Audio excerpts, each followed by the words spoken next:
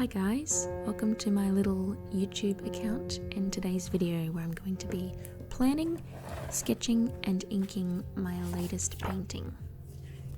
This is the first time I'm recording my voice for the internet, so bear with me, it's a little terrifying, but I'd like to get used to it so that I can better explain the thoughts that go into my paintings and some of my techniques. Now, I recently read the original Little Mermaid for the first time by Hans Christian Andersen, and obviously I found it very beautiful, very inspiring. Can't believe it took me this long to read for someone as obsessed with mermaids as me. I really loved the way he described the whole world, especially the underwater kingdom, and the Little Mermaid, the youngest of the princesses, our main character, is actually painted in the book as quite a strange, quiet, reclusive kind of child.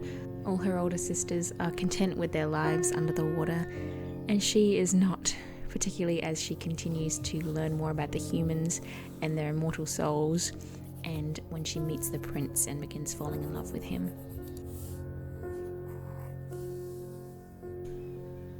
So the moment from the book that I'm trying to capture here with this illustration is after the Little Mermaid has rescued the prince from nearly drowning and taken him ashore, she continues to go to the surface and watch him for weeks afterwards. So every time she goes back underwater, it's clear that her thoughts are elsewhere and she's just thinking of the prince and the surface. And I thought what that love sickness might look like was something like this, like lying on her side as the ocean moves around her, deep in thought.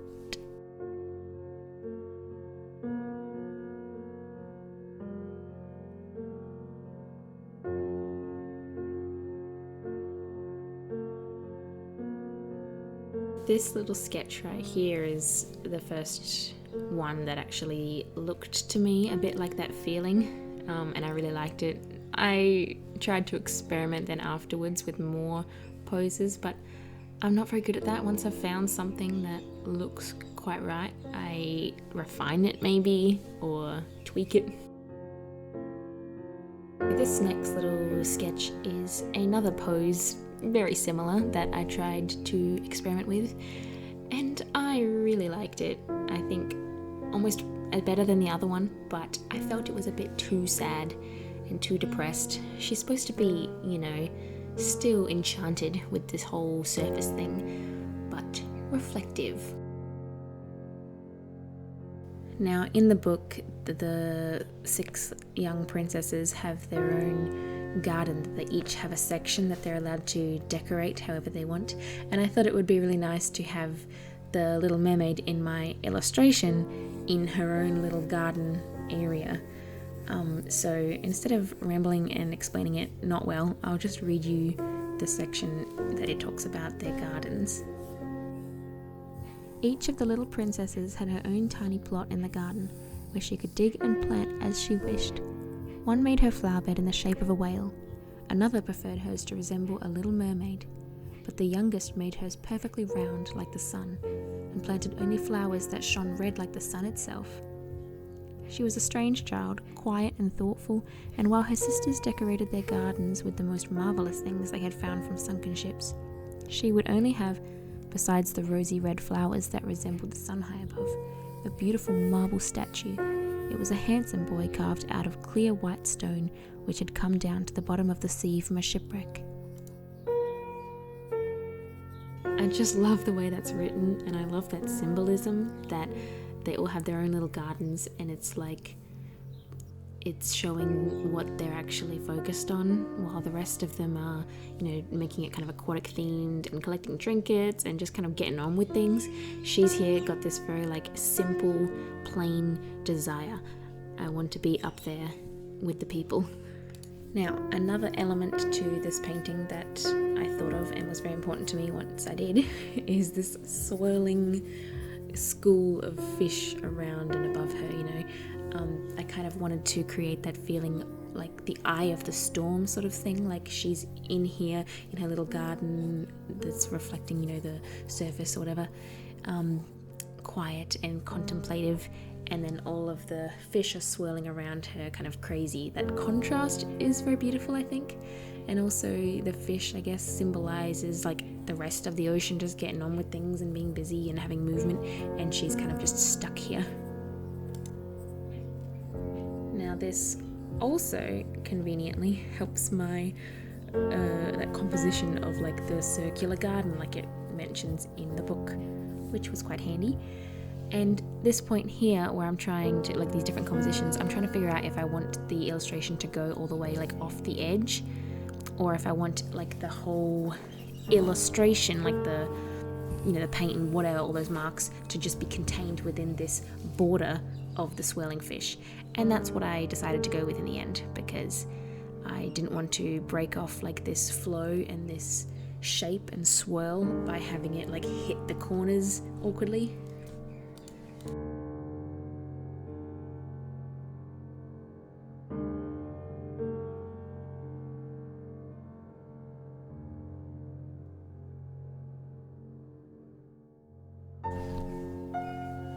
Now it's time to start my drawing, and whenever I'm drawing directly onto the paper that I'm going to be painting on, I always make sure to block in the large shapes first, because it's never fun when you run out of room for something, or you realize something should be like to the left or smaller, or like the mermaid should be closer to the top, when all the details are blocked in, you know, because you get attached to them. And I really like the way her face looks, but the mermaid's too low on the page, you know. So I've got my edge of my fish and then the inside edge of the fish and the mermaid blocked in, so that I know that I've got room for everything. So you can see here I started by drawing her hair with this interesting swirl to it, which I think if I had drawn this mermaid on her own I might have kept that, but because of the circular composition I didn't want her hair to confuse the flow. Yeah, you see I've changed it here to be more still and floaty, but having this strong direction of her hair, it messes with the overall direction of the piece. And yeah, I also wanted that look of like the outside really swirling, but then where she is to be kind of more calm and floaty and still.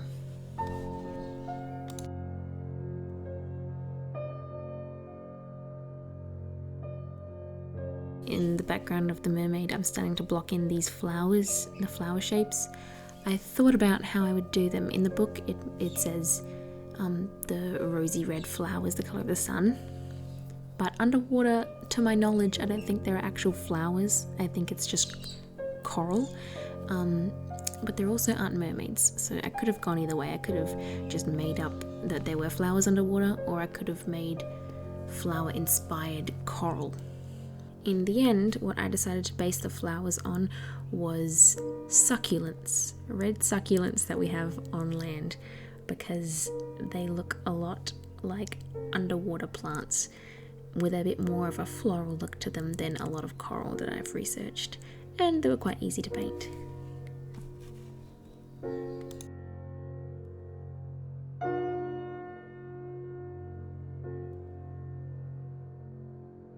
I won't lie, the fish did take me a long time to draw. There were a lot of them, and I'm not that used to drawing fish, particularly from a top view, and so many of them that I knew if I were to ink them, I wouldn't want it to take me ages, and I didn't want to do too many lines because I didn't want to complicate them too much because they're not the focal point, so I tried to make them quite simplified.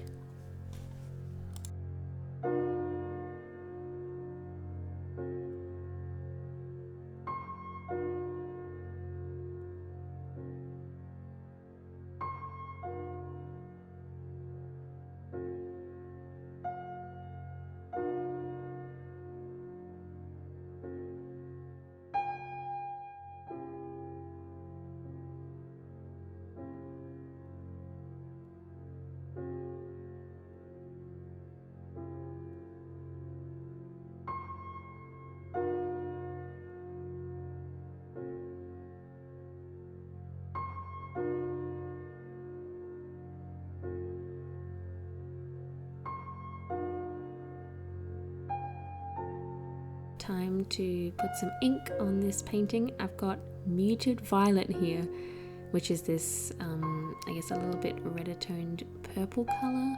It's very beautiful, but I must say I was quite nervous to do this because I usually, for basically all my watercolour paintings, and especially for these quite colourful illustrations, only use black.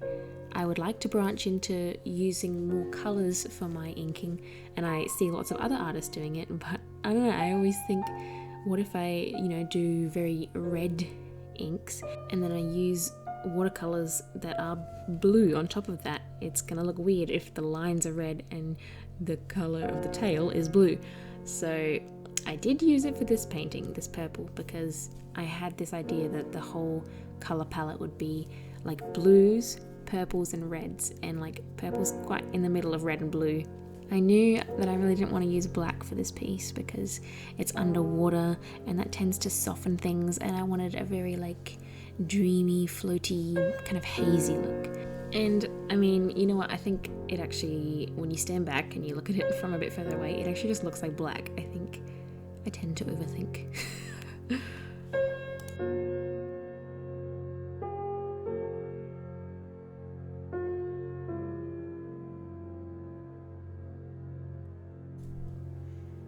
The pen nib situation that I have here is the Speedball drawing and sketching set for like nib and nib holder. It comes in this set. I think you can get it online still.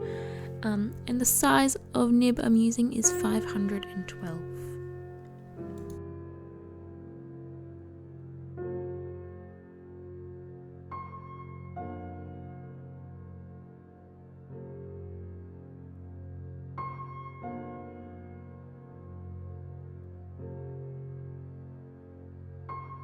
I was thinking to possibly do some scale marks with my line art all over her tail, but since I was planning to do the tail quite light, maybe a sort of greenish, bluish, silvery colour, I didn't want her to blend in with the flowers behind her, and if the tail was going to be quite pale, yeah, I wanted to preserve the whiteness of the paper.